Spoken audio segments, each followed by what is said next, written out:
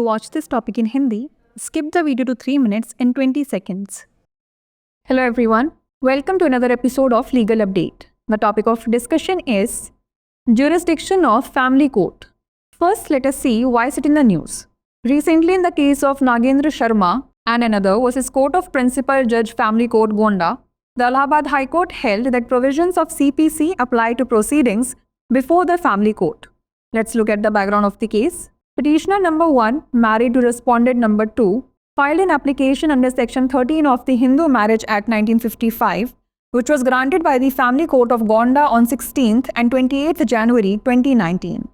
Respondent number 2 then filed an application under Order 9, Rule 13 of the CPC, seeking to set aside the judgment along with a delay condonation application under Section 5 of the Limitation Act and stay application. Petitioner number 1 has filed for a writ of prohibition, arguing that under Sections 19 and 20 of the Family Court Act 1984, the Family Court has no jurisdiction to entertain such a petition.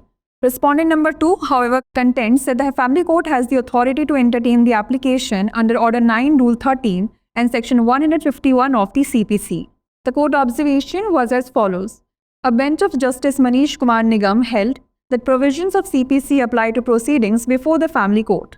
The court also examined Section 10 of the Family Courts Act, which states that the CPC applies to family court proceedings, making the family court equivalent to a civil court with similar powers. Therefore, the court concluded that a writ of prohibition could not be issued in this case, as the family court had the jurisdiction to hear the application under Order 9, Rule 13 of the CPC. Let's know more about Section 10 of the Family Courts Act. Section 10, subsection 1 of the Family Courts Act states that the provisions of the Code of Civil Procedure 1908 and other applicable laws apply to family court proceedings except for maintenance-related cases under Chapter 9 of the CRPC. Family courts are treated as civil courts and have the same powers. Section 10, subsection 2 specifies that the provisions of the CRPC apply to maintenance proceedings under Chapter 9 of the CRPC in family courts. Section 10, subsection 3 allows family courts to establish their own procedures to facilitate settlements or determine the truth of disputed facts in cases. Let's now discuss a case law related to it. Ranbir Kumar vs. Judge, Family Court, Muradabad and others, 1998. In this case, the court held that an order by the Family Court allowing an application under Order 9, Rule 13 of CPC is considered a final order, not an interlocutory order. Hence, the court held that an appeal can be filed under Section 19 of the Family Court Act to challenge it. Before we wrap up, here's a question for you. Under Section 10, subsection 1 of the Family Courts Act, how is a family court treated in relation to civil cases? It is treated as a criminal court. It is treated as a civil court and has all the powers of a civil court. It has limited powers compared to a civil court, or it is not treated as any kind of court. Send the answer to this question in the comment section. Like, share and subscribe for more such content. नमस्कार, legal update programme में आपका स्वागत है। आज हमारी चर्चा का विषय है पारिवारिक न्यायालय का क्षेत्राधिकार। सबसे पहले जान लेते हैं यह चर्चा में क्यों है।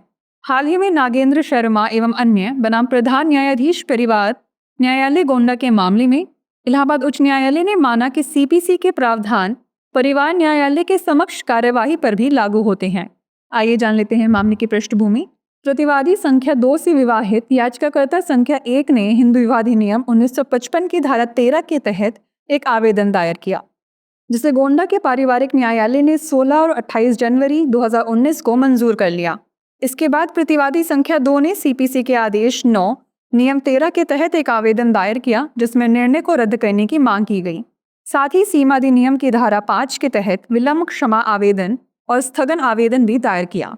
याचिकाकर्ता संख्या 1 ने निषेधाज्ञा याचिका दायर की है, जिसमें तर्क दिया है कि परिवार न्यायालय अधिनियम 1984 की धारा 19 और 20 के तहत परिवार न्यायालय को ऐसी याचिका पर विचार करने का कोई क्षेत्राधिकार नहीं है।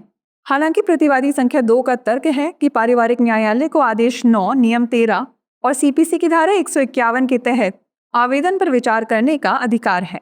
न्यायालय की टिप्पणी की बात करें तो न्यायमूर्ति मनीष कुमार निगम की पीठ ने कहा कि सीपीसी के प्रावधान पारिवारिक न्यायालय के समक्ष कार्यवाही पर भी लागू होते हैं।